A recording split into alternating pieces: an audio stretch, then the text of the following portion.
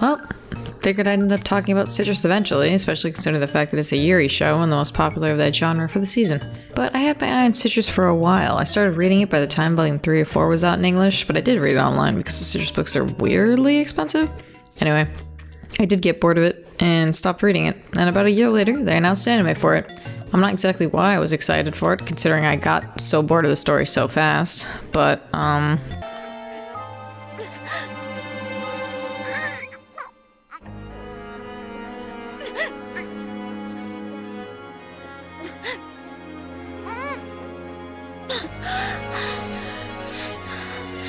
I did get excited nonetheless.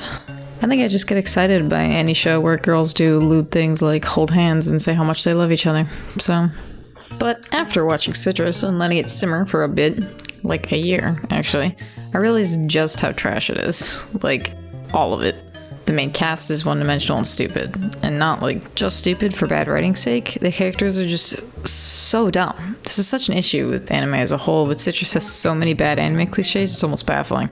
None of the characters are people, they're plot devices, and they are all fucking stupid. They make such idiotic choices that the writers just toss in whether it fits their personality or not, and nobody talks to each other. This is such a stupid anime thing. All the characters get mad or upset with each other, and then never confront each other about it. It's so unnecessarily melodramatic.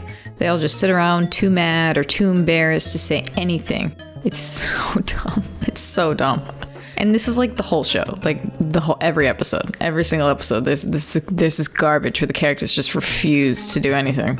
They roam around, biting their tongue, refusing to talk to anybody about their problems until the 18-minute mark has passed, and then the director decides, hey, it's time to end the episode. There's no reason for it, and it feels lazy. But wait, I suddenly remember why I started watching this show in the first place as an intense Yuri makeout scene ensues.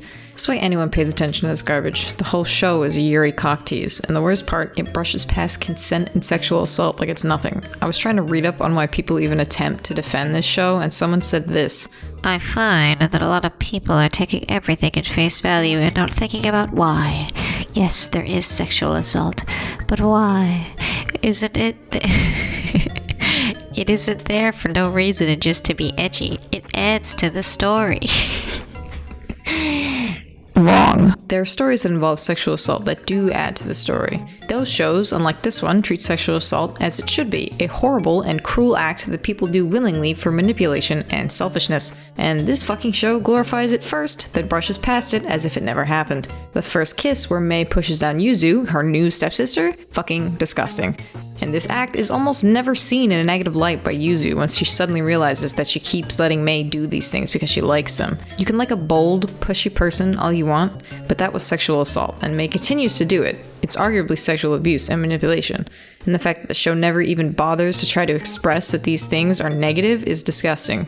When I first watched the show, I was one of those people that was like, well, Mei was so emotionally damaged and stressed, she doesn't know what she's doing. No, shit is still gross. It's rapey. It's nasty.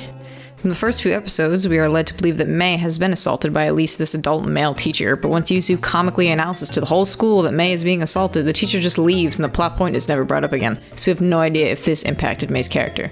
Notice how I haven't gone through any consistent plot points? Well, that's because the show doesn't have a plot.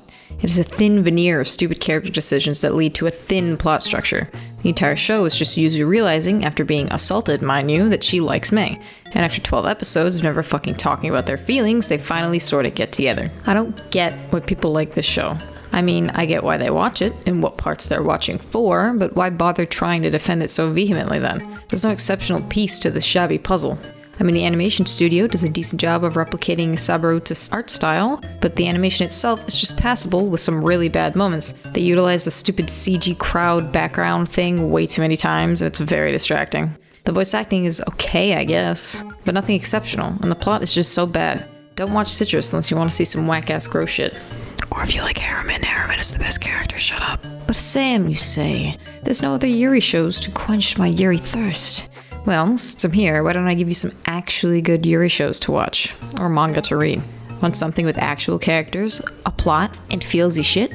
Sweet Blue Flowers is both an anime and a manga, and it's great. Want a series that handles unrequited love well? Bloom Into You is about actual characters dealing with understanding their feelings and talking about them. We're up to volume 5 in English right now, and they announced an anime.